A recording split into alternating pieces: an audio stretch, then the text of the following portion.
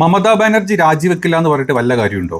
ഒരു കാര്യമില്ല. ഇത് ക്രിക്കറ്റിൽ ഔട്ടായി കഴിഞ്ഞ് ഞാൻ കയറി പോകില്ല എന്ന് പറഞ്ഞിട്ട് കണ്ടം ക്രിക്കറ്റിൽ നമ്മൾ പറയേണ്ടത് ആ പരിപാടിയാണ്. എടുത്ത് പുറത്തോട്ടിടാനുള്ള എല്ലാ അധികാരങ്ങളും പവറും നമ്മുടെ രാജ്യത്തെ ഭരണഘടന അങ്ങനെ ഉണ്ടാക്കി വെച്ചിട്ടുള്ളത്. അപ്പം ആ പറച്ചിലൊന്നും ഒരു കാര്യമില്ല. ഇനി മമതയെ അവിടുന്ന് തൂക്കിയെറിയാൻ അതല്ലെങ്കിൽ മമതനെ തോൽപ്പിക്കാൻ വേണ്ടി BJP കളിച്ച തേർഡ് റേറ്റ് ചെറ്റ കളികളും ഇതിൻ്റെ ഇടയിൽ കൂടെ വ്യക്തമായിട്ട് പുറത്തു വന്നിട്ടുണ്ട്. പക്ഷേ അതിനെതിരെ സംസാരിക്കാൻ നമ്മുടെ നാട്ടിലെ ഒരു നിയമ സംവിധാനങ്ങളും അതല്ലെങ്കിൽ ഇലക്ഷൻ കമ്മീഷൻ പോലത്തെ ഒരു ഈ പൊമറേനിയൻ പട്ടികളെ പോലെ ഈ യജമാനൻ എന്ത് പറഞ്ഞാലും ചാടി കളിക്കുന്ന അത്തരത്തിലുള്ള ഗ്രൂപ്പിനെ കൊണ്ടും ഈ രാജ്യത്ത് ഇപ്പോഴത്തെ അവസ്ഥയിൽ രാഷ്ട്രീയ അവസ്ഥയിൽ നടക്കാനും പോകുന്നില്ല. ഇനി സംഘിക്കാട്ടങ്ങൾക്ക് അങ്ങോട്ട് ബംഗാൾ കിട്ടി എന്ന് വിചാരിച്ചിട്ട് ഇന്നലെ തന്നെ ബുൾഡോസർ എടുത്ത് ഇറങ്ങിയിട്ടുണ്ട്. ഈ കാട്ടങ്ങൾക്ക് അറിയില്ല ഈ രാജ്യം അല്ലെങ്കിൽ ഈ നാട് ഇത്രയും കാലം എങ്ങനെയാണ് ഉണ്ടായത് കൊണ്ടുവന്നതൊന്നും അറിയില്ല. ആകെ അറിയാവുന്നത് 2014 ശേഷം വിശ്വഗുരു എന്ന് പറഞ്ഞിട്ടുള്ള ഒരു ചക്കക്കുരുവിനെ പ്രതിഷ്ഠിച്ച് അതാണ് ലോകം മൊത്തം തിരിക്കുന്നതെന്നുള്ള ചിന്തയിൽ ആൾ എന്ത് പറഞ്ഞു കഴിഞ്ഞാലും അല്ലെങ്കിൽ ആളുടെ അനുയായികൾ എന്ത് പറഞ്ഞാലും അല്ലെങ്കിൽ അയാളുടെ താഴത്തുള്ള ഏത് ഗുണ്ടകൾ എന്ത് പറഞ്ഞാലും അതിനേക്കാൾ വലിയ ഗുണ്ടായുസം നടത്തുന്ന പട്ടിക്കാട്ടങ്ങളാണ് ഇപ്പോൾ അവിടെ ബംഗാളിൽ ബുൾഡോസർ എടുത്തിട്ട് അവിടുത്തെ TMCയുടെ ആൾക്കാരെയും മുസ്ലിങ്ങളെയും ബാക്കിയുള്ള ആൾക്കാരെയൊക്കെ ഓടിച്ചുകൊണ്ടിരിക്കുന്നതും. ഈ കാട്ടങ്ങളൊക്കെ ഏതെങ്കിലും കാലത്ത് ഈ എന്താ പറയുക ചാവുന്ന ഒരു സമയം ഉണ്ടാവില്ല, അതുവരെയൊക്കെ വെയിറ്റ് ചെയ്തിരിക്കേണ്ടി വരും. അല്ലാണ്ട് വേറെ ഒന്നും ആ നാട്ടിൽ ഇപ്പോൾ നടക്കും തോന്നുന്നില്ല. അതുപോലെ തന്നെ വെറും 10 ലക്ഷത്തിൻ്റെ വോട്ടിൻ്റെ ഡിഫറൻസ് ആണ് ഈ പറഞ്ഞ TMCക്കും അതുപോലെ തന്നെ BJPക്കും ഉള്ളത്. ബംഗാളിൽ നിന്ന് കട്ട് ചെയ്ത് മാറ്റിയത് 92 ലക്ഷം വോട്ടുകളാണ്. ആ 92 ലക്ഷത്തിൽ തന്നെ 35 ലക്ഷം ആളുകൾ എല്ലാ രേഖകളും കാര്യങ്ങളും ഉണ്ടായിട്ട് പോലും കണ്ണടച്ച് അവന്മാരെ വെട്ടിക്കളയുണ്ടായിട്ടുള്ളത്. അവർ കോടതിയിൽ പോയിട്ടും കാര്യം ഉണ്ടായിട്ടില്ല, അവർ ഇലക്ഷൻ കമ്മീഷനെ എടുത്തോട്ട് പോയിട്ട് ഒരു കാര്യം ഉണ്ടായിട്ടില്ല. കാരണം ബംഗാൾ പിടിക്കാൻ ഏത് തേർഡ് റേറ്റ് ചെറ്റ പരിപാടികളും ഈ പട്ടിക്കാട്ടങ്ങൾ ചെയ്യും എന്നുള്ളത് അവരാദ്യം തീരുമാനിച്ചതുകൊണ്ട് തന്നെ അത് അവരവിടെ നടപ്പാക്കേണ്ടായിട്ടുള്ളത്. അപ്പോൾ ഇന്നത്തെ നമ്മുടെ ഈ ഒരു വീഡിയോയിൽ ഈ ബംഗാളിൽ ഇപ്പോൾ നടന്നുകൊണ്ടിരിക്കുന്ന 1-2 ക്ലിപ്പുകൾ ചെറിയ ഷോർട്ടുകൾ ഞാൻ ഇട്ടിരുന്നു, നിങ്ങൾ കണ്ടു കാണും. അതായത് വ്യാപക പ്രതിഷേധമാണ് ഈ പ്രതിഷേധിക്കുന്നത്. അതായത് ബുൾഡോസർ വെച്ചിട്ട് മുസ്ലിങ്ങളുടെയും അല്ലെങ്കിൽ TMC ഓഫീസുകൾ പൊളിക്കുക, അതുപോലെ മുസ്ലിങ്ങളുടെ കടകൾ അവിടുത്തെ ന്യൂനപക്ഷങ്ങളുടെ കടകളൊക്കെ പൊളിച്ച് കളയുക, ആളുകളെ പിടിച്ച് തല്ലുക, മാന്തുക, പിച്ചുക, കുത്തുക, ഇതൊക്കെ തന്നെയാണ് അവിടുത്തെ പരിപാടി. ഇതാണ് ഇപ്പോൾ അവിടെ നടന്നുകൊണ്ടിരിക്കുന്നത്. അതേപോലെ തന്നെ ആ കൂട്ടത്തിൽ എന്താ പറയുക അവിടുത്തെ സ്ത്രീകളെ അല്ലെങ്കിൽ മറ്റ് ഈ BJPക്ക് എതിരെ നിന്ന് BJPയുടെ മറുവശത്ത് നിന്ന് ആൾക്കാരെ മോശമായിട്ട് ചിത്രീകരിക്കുക, നാരീ ശക്തി എന്നും പറഞ്ഞിട്ട് നാരിയുടെ ഷെഡ് വരെ ഉരുന്ന അവസ്ഥയാണ് ഇപ്പം അവിടെ ബംഗാളിൽ നടന്നുകൊണ്ടിരിക്കുന്നത്. അതിന് മുൻപന്തിയിൽ തന്നെ നിൽക്കുന്നത് സംഘപരിവാണങ്ങളും ആ കൂട്ടത്തിലെ BJPയുടെ കാട്ടങ്ങളും തന്നെയുള്ളത്. അപ്പോൾ ഇതാണ് അവിടെ നടന്നുകൊണ്ടിരിക്കുന്നത്. ആ ഷോർട്സ് കണ്ടു എനിക്ക് മനസ്സിലായി. ഞാൻ കുറേ 2-3 ഷോർട്സ് ഞാൻ പെട്ടിട്ടുണ്ട് അവിടെ നടക്കുന്ന ഒരു അവസ്ഥ എന്താണ് എന്നുള്ളത്. ഏതാണെങ്കിലും മറ്റ് BJP പിടിച്ച UPയുടെ അവസ്ഥ എന്താണ്, ബീഹാറിൻ്റെ അവസ്ഥ എന്താണ്, പരിതാപകരമാണ് ഈ സ്ഥലങ്ങളുടെയൊക്കെ അവസ്ഥ. അതുപോലെ തന്നെ ഏത് സ്ഥലങ്ങളിൽ നിങ്ങൾ അസാമിൻ്റെ അവസ്ഥ ഒക്കെ നിങ്ങൾ കണ്ടു. എല്ലായിടത്തെയും പോലെ നമ്മുടെ രാജ്യം പുരോഗതിയിലോട്ടല്ല അധോഗതിയിലോട്ട് പോയിക്കൊണ്ടിരിക്കുന്ന ഒരു കുറച്ച് മുതലാളിമാർക്ക് മാത്രം ഉണ്ടും അല്ലെങ്കിൽ ഊട്ടിക്കൊടുക്കുന്ന ഒരു കോർപ്പറേറ്റ് BJP സർക്കാരും കൂട്ടത്തിൽ ഈ സംഘപരിവാണങ്ങളായിട്ട് അനുയായികളായിട്ട് നടക്കുന്ന കാട്ടങ്ങളെ വീണ്ടും ആ മേലോട്ട് ഇവന്മാർ ചാണകം തൂക്കി അല്ലെങ്കിൽ തളിച്ച് പശുമൂത്രം തളിച്ച് വീണ്ടും ഇങ്ങനെ പ്രൊമോട്ട് ചെയ്ത് കൊണ്ടുവന്ന് രാജ്യത്ത് ഈ ഒരു അരക്ഷിതാവസ്ഥ, രാഷ്ട്രീയ അരക്ഷിതാവസ്ഥ, അതുപോലെ തന്നെ ബാക്കി സാമൂഹികപരമായിട്ടും എല്ലാ തലത്തിലും നോക്കിക്കഴിഞ്ഞാൽ രാജ്യത്തിനെ കുട്ടിച്ചോറാക്കിക്കൊണ്ടിരിക്കുന്ന ഒരു അവസ്ഥയാണ് ഇപ്പം അവിടെ വെക്കുന്നത്. কেন কিসের জন্য? আমরা তো হারিয়ে নিয়ে যাব। হারলে আমি যদি শপথ নিতে যেতাম তাহলে আমি রেজিগনেশনটা করতাম। এখন তো কোয়েশ্চেন ডাজন্ট অ্যারাইজ। জোর করে দখল করে যদি কেউ মনে করে যে আমি কি রেজিগনেশন দিতে হবে, no, not that. Now also I want to say that we didn't lose the election. It is their forceful attempt to defeat us. Officially they may through election commission can defeat us, but morally I am telling you that we won the. അതോടൊപ്പം മമതാ ബാനർജി രാജിവെക്കില്ല എന്ന് പറഞ്ഞിട്ടൊന്നും കാര്യമില്ല. ഇന്നത്തോടുകൂടി 6-ാം തീയതി ഇന്നാണ് last അവരുടെ ആ tenure കഴിയുന്ന ഒരു സമയം. ഇതോടുകൂടി അവർ MLA പോലും അല്ല അവിടെ അതായത് 25,000 50,000 വോട്ടാണ് മമതാ ബാനർജിയുടേത് എന്ന് വിശ്വസിക്കുന്ന വോട്ടുകളാണ് SIR വെച്ച് അവന്മാർ കട്ട് ചെയ്ത് കളഞ്ഞത്. അവിടെയാണ് ഇപ്പോൾ സുവേന്ദു അധികാരി ഒക്കെ ജയിച്ച് വന്നിട്ടുള്ളത്. അപ്പോൾ അവിടെ തോൽപ്പിച്ചത് എങ്ങനെയാണെന്നുള്ളത് പച്ചവെള്ളം പോലെ നമുക്കും അറിയാം, സംഘിക്കും അറിയാം, സംഘികളുടെ തലതൊട്ടപ്പനായിട്ടുള്ള നമ്മുടെ താടി ആയിക്കും അറിയാം. അറിഞ്ഞിട്ടും കാര്യമില്ല. പക്ഷേ അതാണ് രാജ്യം അല്ലെങ്കിൽ ഇയാൾ പറയുന്നതാണ് രാജ്യം എന്നുള്ള ചിന്ത ഈ സംഘികളുടെ സ്വന്തം തന്തയായിട്ട് കരുതിയത് കൊണ്ടുകൂടി, പിന്നെ തന്ത പറഞ്ഞതിനപ്പുറത്തോട്ട് ഇങ്ങനെ ചെയ്യാത്ത സംഘികളായതുകൊണ്ടുകൂടി നമുക്കിപ്പോൾ ഒന്നും അതിലൊന്നും പറയാൻ പറ്റില്ല. ഏതാണെങ്കിലും അവിടുത്തെ രാജിവെക്കാണ്ട് പുറത്തു പോകാണ്ടെന്ന് ഇരുന്നിട്ട് കാര്യമില്ല. അത് ഗവർണർക്ക് തീരുമാനങ്ങൾ എടുക്കാം. എന്നിട്ടും അവിടെ വേറെ രീതിയിൽ പ്രശ്നങ്ങൾ വരികയാണെങ്കിൽ അത് രാഷ്ട്രപതിയുടെ സൈഡിലോട്ട് പോകും. രാഷ്ട്രപതിക്ക് തീരുമാനങ്ങൾ എടുക്കാം, രാഷ്ട്രപതി ഭരണം കൊണ്ടുവരാം. അതിൻ്റെ ഇടയിൽ ഇപ്പോൾ സുവേന്ദു അധികാരിയോ ആളുകളും ഞങ്ങൾ ഭരിക്കാൻ റെഡിയാണ് അല്ലെങ്കിൽ ഞങ്ങൾക്ക് ഇത്തരം സീറ്റുണ്ട് ചെന്ന് കഴിഞ്ഞാൽ അവർക്ക് ഭരണ കൈമാറ്റങ്ങൾ ചെയ്യാനുള്ള നിയമങ്ങളൊക്കെ നമ്മുടെ രാജ്യത്ത് എഴുതി വെച്ചതുകൊണ്ട് മമതാ ബാനർജി അവിടെ വന്ന് എന്ത് പറഞ്ഞിട്ട് കാര്യമില്ല. നമ്മൾ കണ്ട ക്രിക്കറ്റിൽ ഔട്ടാവില്ല എന്നും പറഞ്ഞ് നിൽക്കുന്ന ഒരു അവസ്ഥ ആയിട്ട് ആൾക്കാർ അതിനെ കളിയാക്കുകയുള്ളൂ. പക്ഷേ മമത എന്ന് പറഞ്ഞു കഴിഞ്ഞാൽ നമ്മുടെ നാട്ടിലെ ആൾക്കാർ നമ്മുടെ നാട്ടിലെ സഖാക്കൾ പറഞ്ഞ പോലെയല്ല. അതായത് ജയിച്ച ഞങ്ങളെക്കാൾ തോറ്റ ഞങ്ങളാണ് നിങ്ങൾ പേടിക്കേണ്ടത് എന്ന് പറഞ്ഞ പോലെയല്ല, അവിടെ അത് ശരിക്കും അവർ നടപ്പാക്കും. കാരണം അവർ കഴിഞ്ഞ 15 വർഷങ്ങൾക്ക് മുമ്പ് അവർ ഈ ഒരു ഭരണത്തിലോട്ട് വന്നത് ഏതൊക്കെ സമര പ്രസ്ഥാനങ്ങളിലൂടെയാണ് നമുക്ക് എല്ലാവർക്കും അറിയാം. അപ്പോൾ അവർ നല്ല രീതിയിൽ ഒരു സമര പ്രസ്ഥാനങ്ങളും അല്ലെങ്കിൽ സമരങ്ങളുമായിട്ട് അവർ മുന്നോട്ട് പോകും. പക്ഷേ നമ്മുടെ ആ ഒരു 15 വർഷം മുമ്പുള്ള പോലെയല്ല ഈ ഒരു സമയത്ത് നമ്മുടെ രാജ്യത്തെ സകല പദ്ധതികളും സകല ഡിപ്പാർട്ട്മെൻറ്റിനെയും സകല സംവിധാനങ്ങളും BJP വിലക്കെടുത്തത് കൊണ്ട് ഇനി എത്രത്തോളം അത് മുന്നോട്ട് പോകാൻ പറ്റും എന്ന് പറയുന്നത് 15 വർഷം മുമ്പത്തെ പോലെയല്ല. ഇപ്പം എല്ലാം ED, NIA, പോലീസ്, പട്ടാളം, എന്താ പറയുക, CBI, കോർട്ടുകൾ വരെ, കോടതികൾ വരെ അവർ വിലക്കെടുത്തത് കൊണ്ട് ഇനി എത്ര സമരം ചെയ്തു കഴിഞ്ഞാലും അങ്ങ് അടിച്ച് തീർക്കാം. മണിപ്പൂർ നമ്മൾ കാണുന്നുണ്ട്, ഇത്രയും വർഷങ്ങളായിട്ട് അവിടെ സമരങ്ങൾ എന്തൊക്കെ നടന്നിട്ടും അവിടേക്ക് തിരിഞ്ഞു നോക്കാണ്ട് പൊള്ളിക്കാത്ത ജീനെ നമ്മൾ കണ്ടു. ഒരു ഇലക്ഷൻ്റെ പ്രചരണത്തിൻ്റെ ഭാഗമായിട്ട് അതിൻ്റെ സൈഡിൽ കൂടെ പോയിട്ട് ബോർഡർ കയറി വന്ന ജീനി നമ്മൾ കണ്ടു. അതല്ലാണ്ട് അവിടെ ഒന്നും ചെയ്യാൻ പറ്റുന്നില്ല, അവിടെ അടിച്ചമർത്തിയ ആളുകളെ കൊന്നുകൊണ്ടിരിക്കുക എന്നുള്ളതാണ്. അതെവിടെ എഫക്ട് ചെയ്യുന്നത് നിങ്ങൾ കണ്ടോ? ഇല്ലല്ലോ. അതേപോലെ ആയിരിക്കും ഇപ്പം മമതാ ബാനർജി ഏതൊക്കെ സമരങ്ങളായിട്ട് മുന്നോട്ട് ചെന്ന് കഴിഞ്ഞാൽ അതിനെ അടിച്ചമർത്തിക്കൊണ്ടിരിക്കും എന്ന് മാത്രമേ അവിടെ നടക്കുകയുള്ളൂ. പക്ഷേ നിയമപരമായിട്ടോ വേറെ ഏതെങ്കിലും രീതിയിലോ അവർക്ക് ഒരു വിജയം അതിലൂടെ എടുക്കാൻ പറ്റുമെന്ന് അറിയില്ല. അതല്ലെങ്കിൽ രാജ്യത്തെ ജനങ്ങൾ മൊത്തം പുറത്തിറങ്ങേണ്ടി വരും. അങ്ങനെ വന്നു കഴിഞ്ഞാൽ മാത്രമേ കൈവിട്ടു പോകുള്ളൂ ഈ കാര്യങ്ങളൊക്കെ. അതുകൊണ്ട് മമതാ ബാനർജിയുടെ രാജിക്കാര്യത്തിലൊന്നും രാജി വെക്കാണ്ടിരുന്നുകൊണ്ടൊന്നും കാര്യമില്ല. ഇനി ഏത് രീതിയിൽ അവർ സമരം മുന്നോട്ട് കൊണ്ടുപോകും എന്നുള്ളത് മാത്രം നമുക്ക് നോക്കേണ്ടി വരും. ഇതേ സ്ഥാനത്ത് ഒരുപാട് CCTV ദൃശ്യങ്ങളും കാര്യങ്ങളും ഒരുപാട് ക്യാമറ ഇതിലും കൂടെ കാര്യങ്ങൾ വരുന്നുണ്ട്. ഏത് രീതിയിലാണ് ബംഗാളിലെ ആളുകളെ അല്ലെങ്കിൽ മമതയുടെ ആളുകളെ, മമതയുടെ അനുഗമിച്ചിട്ടുള്ള അല്ലെങ്കിൽ സപ്പോർട്ട് ചെയ്തിട്ടുള്ള ആളുകൾ, മുസ്ലിങ്ങളെയൊക്കെ അടിച്ചൊതുക്കുന്നത് എന്നുള്ളത് ഇന്നലത്തെ ഒരൊറ്റ ദിവസം കൊണ്ട് നമ്മൾ കണ്ടു. ബുൾഡോസർ വെച്ച് അവരുടെ വീടുകളും അവരുടെ സമ്പത്തും അവരുടെ കടകളും എല്ലാം അടിച്ച് ഒതുക്കിക്കൊണ്ടിരിക്കുന്ന ഒരു വൃത്തികെട്ട അവസ്ഥയിലോട്ട് ബംഗാൾ മാറിക്കൊണ്ടിരിക്കുന്നുണ്ട്. മണിപ്പൂർ കത്തിയ പോലെ തന്നെ ബംഗാൾ കത്താൻ റെഡി ആയിട്ട് നിൽക്കുന്നുണ്ട്.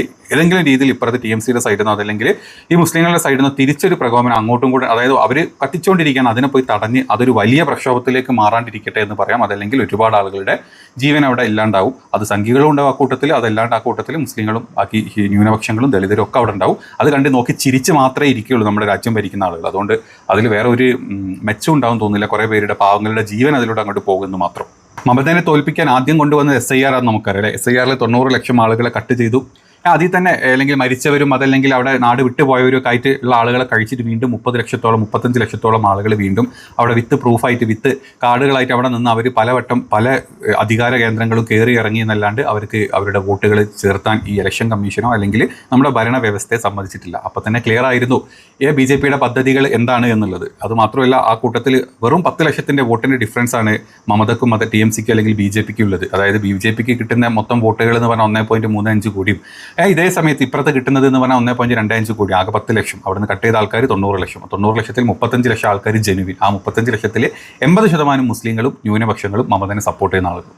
പച്ചക്ക് കണക്കുകളും കാര്യങ്ങളൊക്കെ പുറത്തുണ്ടെങ്കിലും അത് സമ്മതിച്ചു തരാൻ നമ്മുടെ വാണങ്ങൾ സമ്മതിക്കില്ല. കാരണം അത്ര ചിന്തിക്കാനുള്ള ബുദ്ധിയെ അവറ്റകൾക്കുള്ളൂ. ഇപ്പം അവിടുത്തെ വോട്ടെണ്ണൽ കേന്ദ്രങ്ങളിലെ CCTV ദൃശ്യങ്ങളുടെ അവസ്ഥ ഈ കഴിഞ്ഞ ഒരു മാസം പല സമയത്ത് പുറത്തോട്ട് വന്നിട്ടുണ്ട്. അതായത് ഒരു കണക്ക് പറയുകയാണെങ്കിൽ 6 മണിക്കൂർ നീളുന്ന CCTV ദൃശ്യങ്ങൾ പുറത്തു വിടാൻ അഭിഷേക് ബാനർജി തെരഞ്ഞെടുപ്പ് കമ്മീഷൻ്റെ അടുത്ത് വെല്ലുവിളിച്ചിട്ടുണ്ട്. അതായത് വോട്ടെണ്ണൽ കേന്ദ്രത്തിലെ 6 മണിക്കൂറിൻ്റെ അത് ഇതുവരെ പുറത്ത് വിടൂല, അത് സമ്മതിക്കില്ല എന്ന് പറഞ്ഞിട്ടുണ്ട്. കാരണം EVM മെഷീനുകളുടെ സീരിയൽ നമ്പറുകളിലടക്കം മാറ്റി വെച്ചിട്ടുണ്ട് എന്നാണ് അഭിഷേക് ബാനർജി ഇപ്പം പറഞ്ഞിട്ടുള്ളത്. तो भाई आपने देखा ना काउंटिंग सेंटर से तृणमूल के लोगों को भगाया गया मार के. वो सारे CCTV फुटेजेस रिलीज करे. भाई इलेक्शन कमीशन कुछ भी करता है तो आप लोगों को मीडिया में दे देता है रिएक्शन व्हाट्सएप ग्रुप में. तो CCTV फुटेजेस रिलीज कर दे. ये काउंटिंग सेंटर में नहीं हुआ है, हम मान लेंगे जनादेश है. मेरा चैलेंज है कि CCTV फुटेज काउंटिंग सेंटर का मैं 100 ऐसे देता हूं आपको AC. इलेक्शन कमीशन 10 रिलीज कर दे. काउंटिंग सेंटर का पूरा दिन का CCTV फुटेज खास करके 12 बजे के बाद से 6 बजे तक का 6 घंटा का रिलीज कर दे. मैं आपको कंप्लेंट का कॉपी देता हूं जहां पे 17C में जो EVM रिकॉर्ड हुआ था और जो काउंटिंग टेबल में जो EVM आया है दोनों गलत अलग मशीन है. सीरियल नंबर मैच ही नहीं कर रहे. मैं देता हूं आपको, चिट्ठी भेजता हूं मीडिया ग्रुप में अभी. और ये आज मैं नहीं दे रहा हूं, कल हमारे काउंटिंग एजेंसी आरओ को दिया है. जहां पे मान लीजिए वोटिंग मशीन्स जो पूरा दिन आप ये कैमरा यूज कर रहे हो, बूम यूज कर रहे हो, भाई इसको आपको चार्ज तो करना पड़ता है. 12 घंटा मशीन यूज हुआ है जिसका चार्ज खत्म हुआ 50%, 55%, 59%, 60%, 90% machines were 92%, 93%, 95% charged.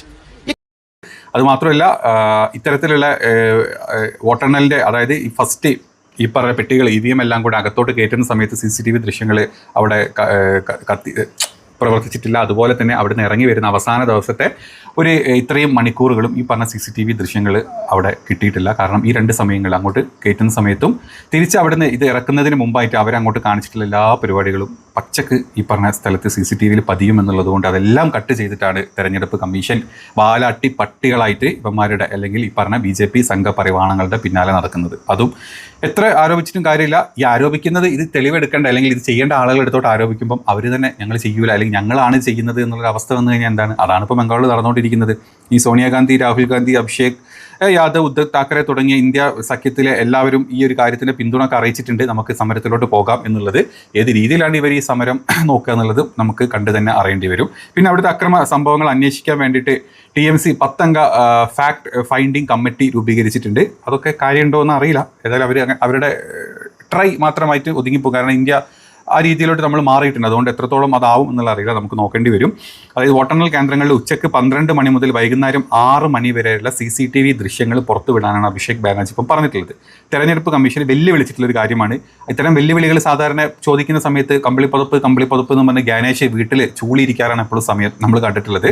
പുറത്ത് വന്ന് എന്തെങ്കിലും സംസാരിക്കാനോ വാ പൊളിക്കാനോ നേരം കിട്ടാറില്ല. തിരിച്ച് TMCയുടെ എന്തെങ്കിലും ആണെങ്കിൽ വിത്തിൻ 24 hours ആക്ഷൻ എടുക്കാനും പറഞ്ഞ് നമ്മൾ കണ്ടു കഴിഞ്ഞ ദിവസം.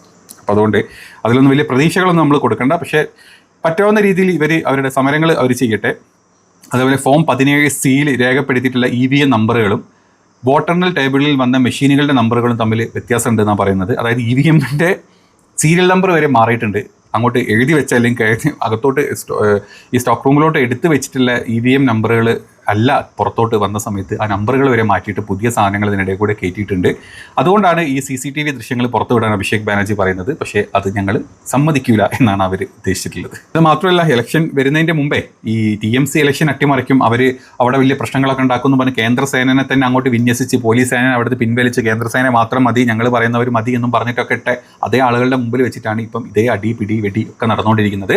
അതായത് BJPക്കാർക്ക് എന്ത് ചെയ്യാനും ഈ കാട്ടങ്ങൾക്ക് എവിടെ പോയി തൂറി മെഴുകാനുള്ള ഒരു ഓപ്ഷൻ അങ്ങ് കൊടുത്തിരിക്കുകയാണ് നമ്മുടെ കേന്ദ്ര സർക്കാർ തന്നെ ബംഗാളിൽ. അതിന് വടി പിടിക്കാൻ വേണ്ടിയിട്ട് നമ്മുടെ പ്രധാന ജിയും അവിടെ കുത്തിരിപ്പുണ്ട്. അപ്പം അവിടെ എന്ത് ചെയ്തു കഴിഞ്ഞാൽ അല്ലെങ്കിൽ ഇവന്മാർ ചോദിക്കാൻ പോയവന്മാരെ കൊന്നുകളയുന്ന അവസ്ഥയാണ് ഇപ്പോൾ അവിടെ ഉള്ളത്. ഇനി ചില വോട്ട് കണക്ക് കാര്യങ്ങളുടെ ഒക്കെ ഒരു അസ്വാഭാവികത നമുക്ക് നോക്കാം. അതായത് തൃണമൂൽ കോൺഗ്രസിനേക്കാൾ TMCക്ക് 5% വോട്ട് മാത്രമാണ് BJPക്ക് കൂടുതൽ കിട്ടുന്നത്. അതായത് നമ്മൾ സഖ്യകക്ഷികളെ മാറ്റി നിർത്തിയിട്ട് എടുത്തു കഴിഞ്ഞാൽ 5% മാത്രമേ TMCനേക്കാൾ വോട്ട് BJPക്ക് കിട്ടിയിട്ടുള്ളൂ. അതായത് BJPക്ക് കിട്ടിയ വോട്ടിംഗ് പെർസെൻറ്റേജ് എന്ന് പറഞ്ഞാൽ 45.85% മാത്രമാണ്. TMCക്ക് 40.8% കിട്ടിയിട്ടുണ്ട്. അപ്പോൾ ഇതിൽ ആകെ 5% വോട്ടിൻ്റെ ഡിഫറൻസ് മാത്രമേ ടോട്ടൽ പോളിങ്ങിൽ കാണുന്നുള്ളൂ. എന്നാൽ സീറ്റുകളെ എണ്ണത്തിൽ ഇത് 2 ഇരട്ടി വ്യത്യാസമായിട്ടാണ് കാണുന്നത്. TMCനേക്കാളും 2 ഇരട്ടിയോളം വ്യത്യാസമായിട്ട് BJPയിൽ കാണുന്നത്. അതായത് BJPക്ക് 206 കാണുമ്പോൾ TMCക്ക് 78 സീറ്റുകൾ മാത്രമേ കിട്ടിയിട്ടുള്ളൂ. ഈ വ്യത്യാസം 5% വോട്ട് എങ്ങനെയൊക്കെ ഗുണിച്ചും ഹരിച്ചുവിട്ട് കഴിഞ്ഞാൽ വരാനുള്ള ഒരു ചാൻസും ഇല്ല. അപ്പോൾ പിന്നെ എങ്ങനെയാണ് ഇത് എന്നാണ് ഇപ്പം ഇവർ ചോദിക്കുന്നത്. അത് മാത്രമല്ല 100 സീറ്റുകളാണ് കൊള്ളയടിച്ചെന്ന് മമത പറഞ്ഞിട്ടുള്ളത്. ആ കണക്ക് നോക്കുകയാണെങ്കിൽ കറക്റ്റാണ്. ഈ വോട്ടിംഗ് പെർസെൻറ്റേജും വെച്ച് നോക്കുകയാണെങ്കിൽ 100 സീറ്റ് BJP, 206 100 സീറ്റും BJP കൊള്ളയടിച്ച സീറ്റുകളായിട്ടാണ് പറയുന്നത്. അപ്പോൾ അവിടെ നിന്ന് നീക്കം ചെയ്തു എന്ന് പറഞ്ഞാൽ 92 ലക്ഷത്തോളം ആളുകളിലെ പറഞ്ഞ 35 ലക്ഷം ആളുകൾ അവിടെ വിത്ത് പ്രൂഫായിട്ട് നിൽക്കുമ്പോഴും എന്നിട്ടും എന്തുകൊണ്ട് അവരെ ഇതിലോട്ട് കയറ്റില്ല എന്നുള്ള രീതിയിൽ അങ്ങോട്ട് കോടതിയെ സമീപിക്കാനാണ് ഇപ്പോൾ TMC നോക്കുന്നത്. പക്ഷേ ഇതിൽ ചിന്തിക്കേണ്ട ഒരു കാര്യമുണ്ട്. നീക്കം ചെയ്യപ്പെട്ട വോട്ടർമാരുടെ എണ്ണം വിജയത്തിൻ്റെ വ്യത്യാസത്തേക്കാൾ കൂടുതലാണെങ്കിൽ, അതായത് വ്യത്യാസം എന്ന് പറഞ്ഞാൽ 5%, 10 ലക്ഷം മാത്രമേ കാണുന്നുള്ളൂ. അപ്പോൾ അതിനേക്കാൾ കൂടുതലാണ് നീക്കം ചെയ്ത വിത്ത് പ്രൂഫുള്ള വോട്ടർമാർ കൂടുതലാണെങ്കിൽ വീണ്ടും തെരഞ്ഞെടുപ്പ് നടത്തേണ്ടി വരുമെന്ന ഒരു വിധി സുപ്രീം കോടതിക്ക് വേണമെങ്കിൽ പ്രഖ്യാപിക്കാം. കോടതിയുടെ മുമ്പത്തെ ഒരു പരാമർശമാണ് ഇങ്ങനെ ഉണ്ടായിട്ടുള്ളത്. ഇതാണ്, അതായത് കട്ട് ചെയ്തേക്കാൾ കൂടുതൽ അതിനേക്കാൾ കുറവാണ്, എത്രയോ കുറവാണ് വിജയസാധ്യത അല്ലെങ്കിൽ വിജയം ഉണ്ടാക്കിയിട്ടുള്ള വോട്ടർമാരുടെ ഡിഫറൻസ് എന്നുണ്ടെങ്കിൽ വീണ്ടും വേണമെങ്കിൽ തെരഞ്ഞെടുപ്പ് നടത്താം എന്ന് കോടതി മുമ്പ് പറഞ്ഞിട്ടുണ്ട്. അപ്പം ആ ഒരു പറഞ്ഞതിൻ്റെ പശ്ചാത്തലത്തിൽ വേണമെങ്കിൽ കോടതി ഇപ്പോഴത്തെ അവസ്ഥയിൽ കോടതി ഇത് അക്സെപ്റ്റ് ചെയ്യും, അല്ലെങ്കിൽ BJP പറഞ്ഞതിന് അപ്പുറത്തോട്ട് കോടതി നിൽക്കും എന്നുണ്ടെങ്കിൽ വേണമെങ്കിൽ ഒരു റീ ഇലക്ഷനൊക്കെ വരാം. പക്ഷേ അതിനുള്ളൊരു ചാൻസും ഇപ്പോഴത്തെ കോടതിയിലുള്ള വിശ്വാസ്യത എത്രത്തോളം ഉണ്ട് എന്ന് നമ്മൾ ചിന്തിച്ചാൽ നമുക്ക് മനസ്സിലാവും. അത് നടക്കുമെന്ന് തോന്നുന്നില്ല. ലക്ഷക്കണക്കിന് വോട്ടർമാരാണ് തെറ്റായിട്ടുള്ള രീതിയിൽ നീക്കം ചെയ്തത്. അത് ഫലത്തെ ബാധിച്ചു എന്ന് തെളിയിക്കപ്പെടുത്തിയാൽ അല്ലെങ്കിൽ തെളിയിക്കപ്പെടാൻ സഹായിച്ചാൽ അല്ലെങ്കിൽ പച്ചക്ക് തെളിഞ്ഞാൽ അതും ഹൈഡ് ചെയ്യാൻ ഇനി BJP എന്ത് ചെയ്യുന്ന അറിയില്ല.